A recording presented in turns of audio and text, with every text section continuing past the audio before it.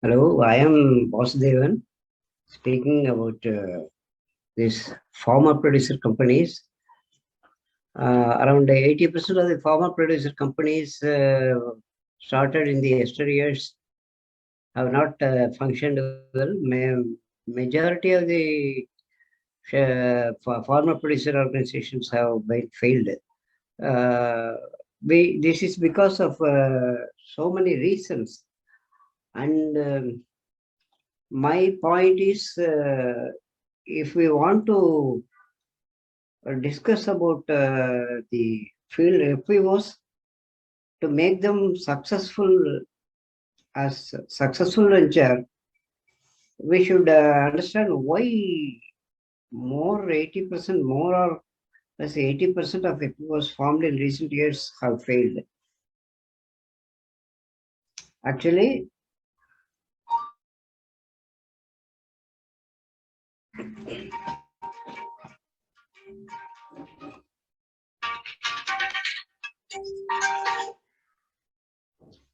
Hello. Actually, unstable.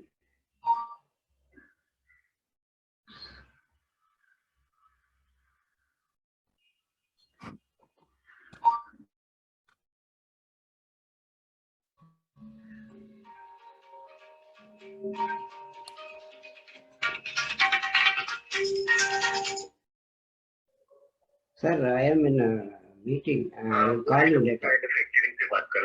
I will call you later. Please wait. See, I am in a meeting. I will call you later. Okay. Mr. Vasudevan, you can stop sharing the screen since you're not making any presentation. Yes, I got a disturbance through some phone. Yeah, you can stop sharing the screen. Screen sharing, you can stop it. Click on that stop screen share button, green color. It is not working. When I move that cursor, the cursor does not work. No, click on that, it will work. Just click on that. I already clicked it twice. Okay, 1 second. Yeah. Yeah. Are you able to? Are you yeah, able to see me? Yes, yes. Okay. Yeah. Now you can proceed. Okay. See, I am Vasudevan V, managing director of a producer company called Tamilnadu Rainfed Farmers Producer Company. I have been invited to discuss about the Fpos which are failed to make them successful. What are the methods to be adopted? So this is the topic I have been given, I have selected, and I have been advised to do that. Before going to discuss how to make failed FPOs into a successful venture, we should understand why more number of FPOs have failed in recent years. Alternatively, we can say 20% of FPOs formed are successful. And how was they success? How was they made success? Firstly, the FPOs are mainly formed with two categories. One is government sponsored companies and another one is self-promoted companies.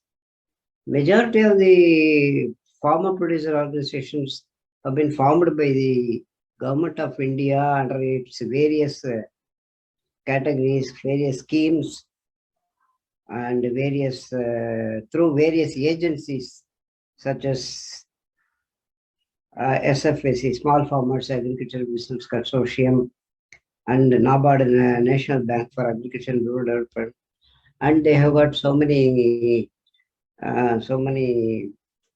CBBOs. In every state, CBBOs are allotted, and that CBBOs through the resource persons and the agencies, NGOs, KVKs, trusts, etc. They have formed these companies with the help of Government of India. The Government of India launched the scheme some years ago. That is, I think it is around 2005 or something. And the Government of India enacted this Producer Companies Act under the Companies Act with a separate section, and they have got special categories, special provisions under this schemes. And the Government of India's main aim is to promote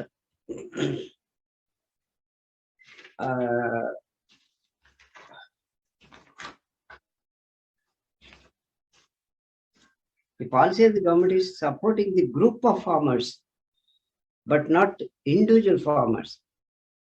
What happens, farmers do mingle with other farmers only to get subsidy or benefits from the government. Once they get the subsidy or any benefits, they will try to get their share, and even they get it disassociate themselves from the group. In the same way, they will disappear from the same scene if they do not get the benefits.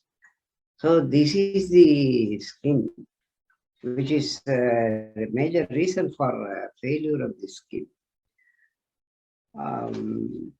India, last 2 years back, our finance minister announced farmers producer organizations to start 10,000 farmer producer organizations in all the entire India with proper funding. Why Fpos are not successful? Because the members do not think beyond their produce.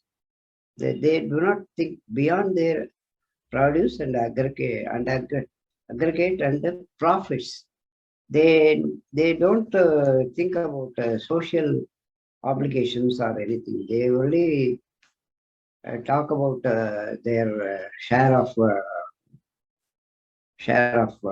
money or capital or any profit, etc. So mainly because these business decisions making is entirely different from farm or agriculture conditions. The decisions are taken by these farmers only for their benefit and not for the benefit of collectiveness. Farmers are experts in agriculture, but decision making, they are experts in agriculture decision making, but they lack in business decision making. So they are also having challenges of inadequate awareness, lack of legal technical knowledge. So these are all the constraints. So in order to overcome these difficulties, my suggestion is, first of all, so many companies are opened and they have been nourished by this Government of India through various NGOs, resource persons, etc. but their effort is only limited period of. They actually only for the first 3 years they are very active in promoting, and after that 3 years they completely forget about this and they go for other companies, new companies. So they whatever the training they give, whatever the funds they insist, the decision for investing funds, everything goes only to the third parties, not to the farmers actually. So after 3 years, the farmers will lose interest in running the company. So what we have to do is, first the farmers should act on their own instead of going for the subsidy or any help from the government or anything. They have to be very knowledgeable, and they should support the knowledgeable people who run their business. Actually, they should treat this farmer producer company as a business unit and not an agriculture unit. But mainly what they do is they are taking decisions on agriculture, how to farm, how to produce, how to market and everything they do, but they are lacking in value addition and other profit making methods. And this is the major reason for this. And this should be entirely changed from the existing method of government or third party intervention. Each FPO is unique. We should leave this capacity building in the hands of FPOs itself instead of leaving this to the auditors and NGOs, etc. We should leave this capacity building to the NGOs, then the FPOs, who should voluntarily come forward to make decisions of business decisions, and they should be more cooperative in running the business. And they should avoid the intervention of government or third party such as NGOs, etc. because the government authorities or third parties are only target oriented, and they don't have the sufficient experience in entrepreneurship. So this is the main reason, main point to be noted. This the government is what is there? They are doing on scoring method.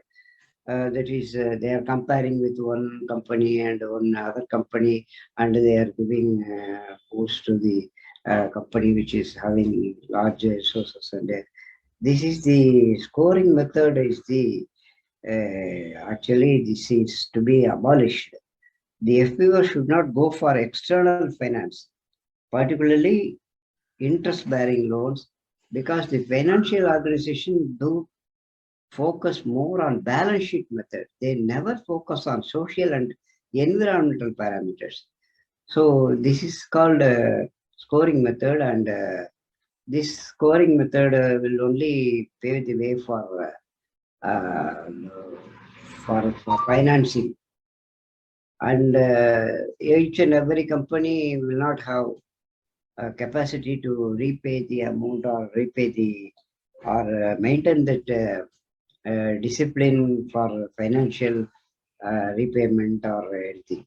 So such financial organization method should be abolished. Actually,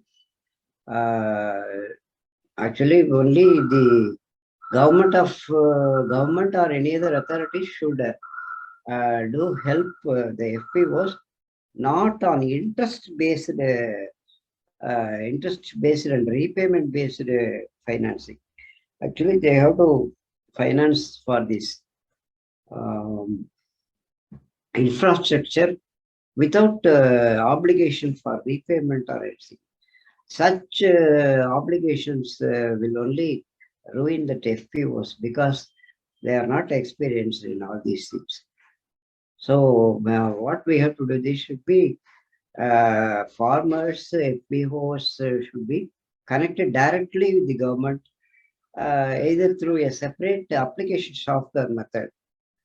Our government should govern through the system and not on the existing face-to-face method. Already there is a system introduced under the Income Tax Department, which is called faceless system. An assessee need not step into the government office and need not communicate orally to a government official. So like that, an FPO should be allowed directly to enter into the system without the intervention of any human face, such as government officials, nodal agency, NABARD, SFPC, etc. So this is one of the suggestions. And next, in the field of data-related management system, A separate individual team of chartered accountants should be allowed to guide the FPOs and assist them without any fees collection from the FPOs. See, actually, each and every FPO has to pay around 1 lakh rupees per year for these data related management system for filing returns and filing all the regular financial statements, etc. These are all the burden on the FPOs. Actually, initially, all the FPOs cannot do all these things. So what the government should do, they have to fix an appointment. They have to appoint auditors or any other chartered accountant or anybody without collecting fees from the FPOs. The government should directly involve this, directly control these auditors and chartered accountants to maintain these FPOs. They have to guide them, and they should not charge any fees to the FPOs. This is the another method. And actually, I already told the funding for infrastructure to be done directly by Government of India through its application software without any repayment obligation or EMI or interest payment. So in this case, what we can do this, we can merge some failed three or four companies into one company and finance them so that these wasteful expenditures are being avoided. And it is also a consolidated effect so that it is being governed by the agencies. So it will work. Enormous funds are saved in the form of salary payments to establishments by avoidance of middle-level intervention. These funds allocation for infrastructure development will not be drained on the exchequer. So this is another point. And each and every FPO should create its own revenue model with the availability of infrastructure provided by the government, and day-to-day running should be met to the income generated by it. See, this is the important point. The FPOs actually they have to find their own way to generate income, revenue income. They should not depend on any other persons, any other agencies or anything. They have to find out how to gain income for day-to-day operations. So this is the major this thing because for this infrastructure they have already been financed or assisted by the government without any interest payment or something. So they can be done with the day-to-day affairs income generation.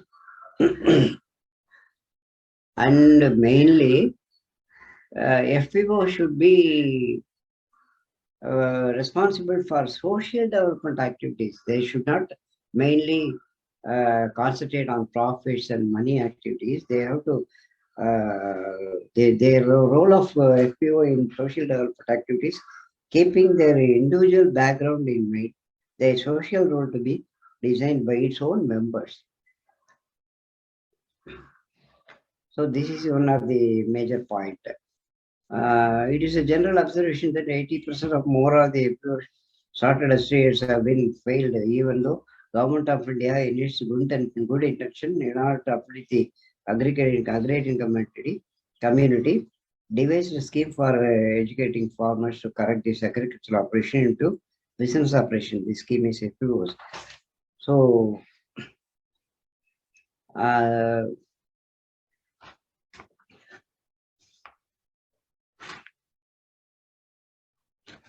actually, each and every FPO should try to come up overcoming difficulties and constraints in its own. They should not depend on any agencies or officials to solve their problems. So the government of India insists for collective action by farmers in practice. It cannot be.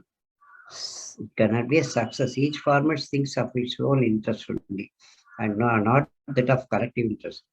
Novelty is a central aspect of entrepreneurship.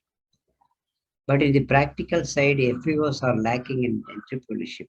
The government agencies and NGOs are only target-oriented to appease their bosses. They will not take any interest in new challenges.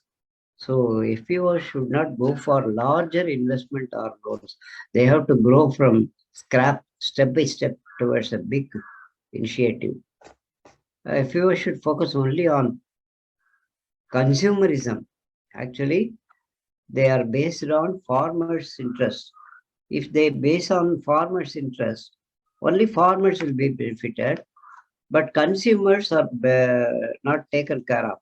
Only when we take care of consumer, then both of them will survive. Both the farmers as well as consumers will survive. So FPO should focus only on consumers. They should produce only the products in demand by the consumer. That is the reality to be understood by the FPOs. The strategy of FPOs to make unrealistic promises to members to increase the membership to be completely stopped. Each member should understand the concept of collectiveness. If he is not convinced or shows selfishness, he should not be made a membership. Membership should be denied to them. Actually, every farmer or member should be more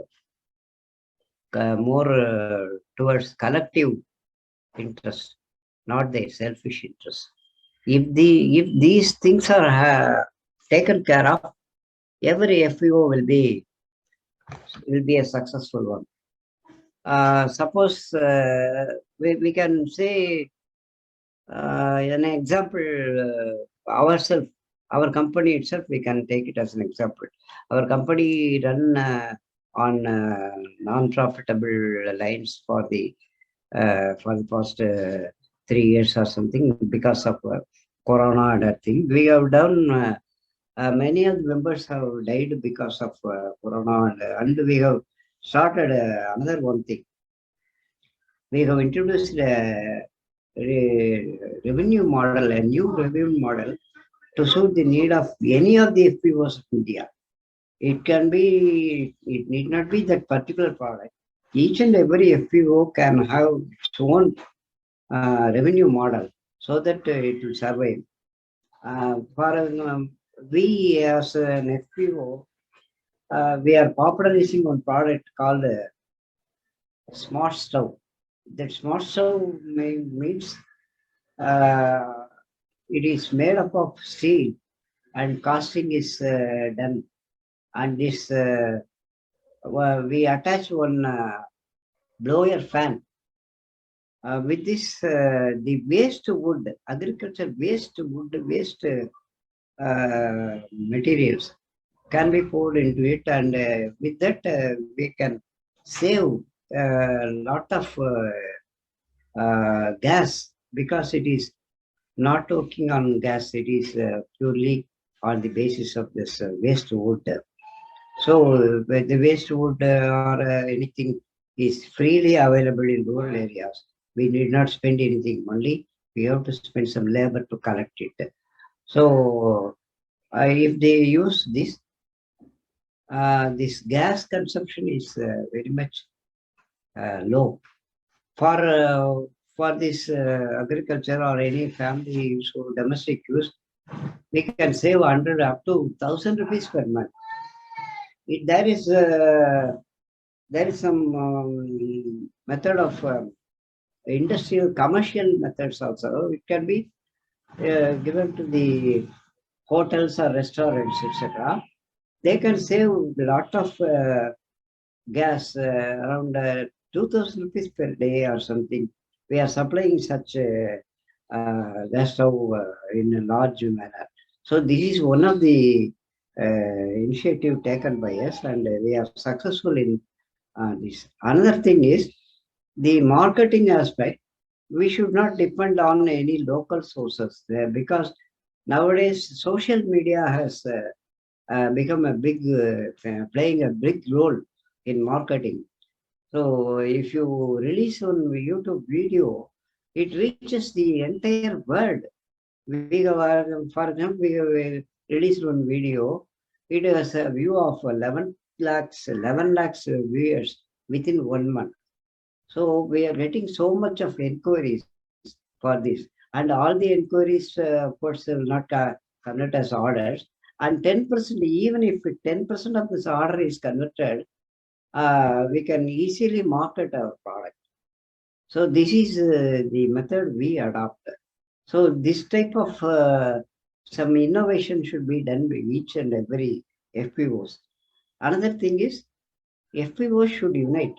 They should not keep aloof with the other FPOs. 4 or 5 FPOs should merge themselves, and they themselves and these directors and key persons, managerial persons can do all these activities. They can dedicate their labor, funds, everything without expecting funds from any other. They can do all these things. This is the major suggestions I give for these things. With this, I end my lecture. Thank you.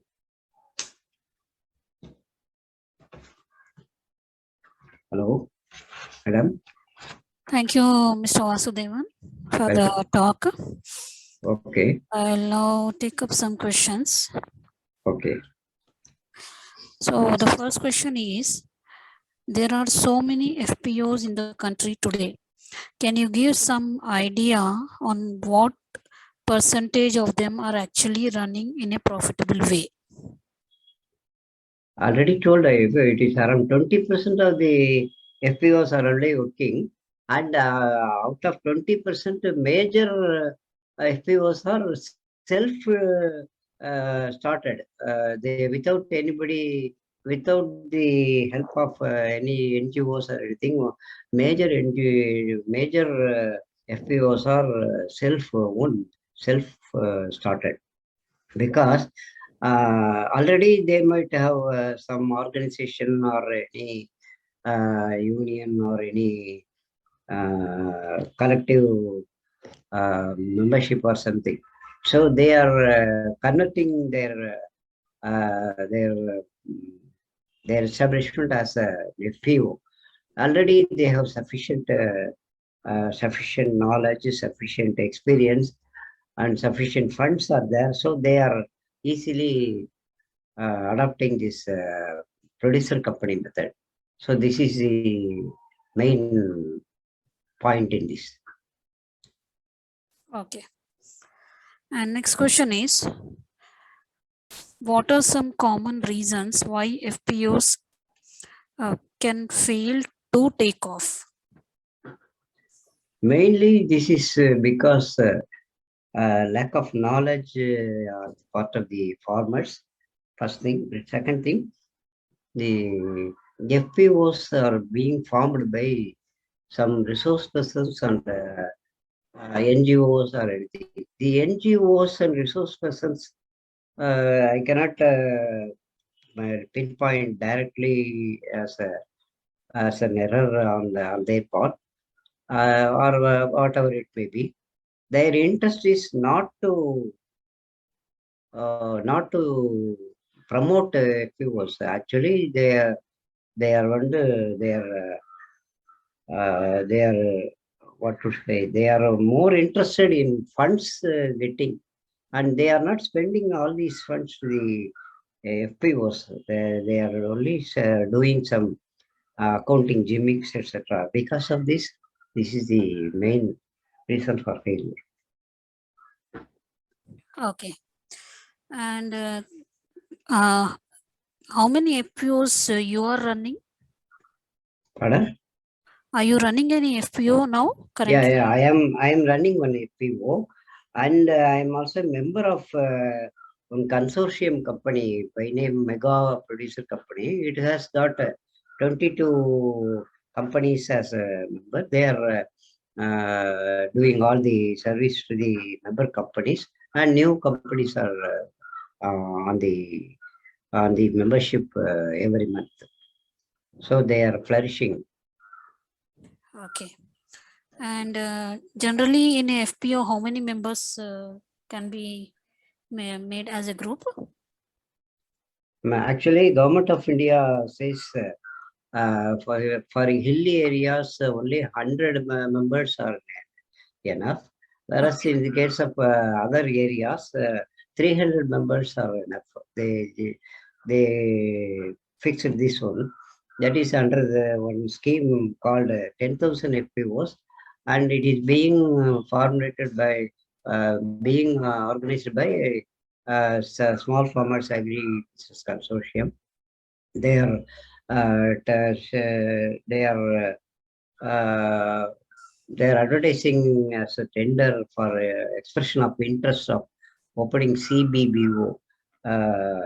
So that CBBO, they are giving funds to the CBBO. That CBBO opens these FPOs.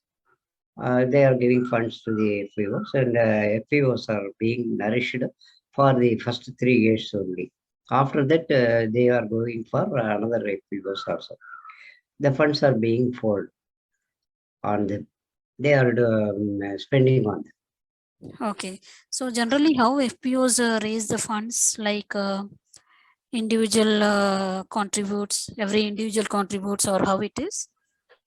Actually, it is enough if a farmer pays 100,000 rupees, he can get a membership. Maximum, if 300 members are there, only 3 lakhs should be a capital. But with that 3 lakhs, a company cannot be run. Actually, they can only start that company. After that, they need funds. That funds are not provided by Government of India through any other sources. After 3 years only, they have to pour their own funds. If not, they have to go for bank loans or something. If they go for bank loans, banks will ask for 2 years or 3 years balance sheet. That balance sheet should be a strong balance sheet. Without a strong balance sheet, bankers will not finance. Not only bankers, anybody, non-banking financial companies will not also finance. If the balance sheets are very weak, they will not entertain the proposal itself. Okay. That is the question now available. Okay. Okay. So now we have the last question. Please tell us about yourself. What made you to get interested in FPOs?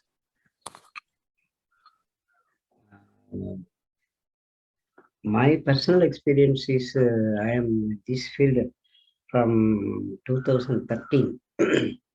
I've met so many farmers and done a field survey along with other directors, and I run this company. Up to this, I have made some arrangements for getting finance for these farmers, and I am successful in getting finance for a milk dairy unit. But what happened during this Corona period, everything has failed. We cannot run that milking unit, that dairy unit. It has all failed. And after that Corona, we have not got it. During that Corona period, we have not got any help from both, either from finance companies or from banks or any government agencies. That is the main sufferings we have. Because of that only, many FPOs have failed, not only by ourselves, but many FPOs have failed because of this COVID-19, this epidemic. Okay. Okay, Mr. Vasudevan, I don't see any further questions from our participants. So now we have come to end of question round. On behalf of agricultureinformation.com, I like to thank Mr. Vasudevan V for a detailed talk and answering all the questions. And I also like to thank all the participants for joining this meeting. The meeting will now be closed. Have a good and safe weekend. Okay, madam. Thank you. Thank you for giving me the opportunity to present my views. I really happy for this. You are Thank you. most welcome, sir. Thank you. Thank you.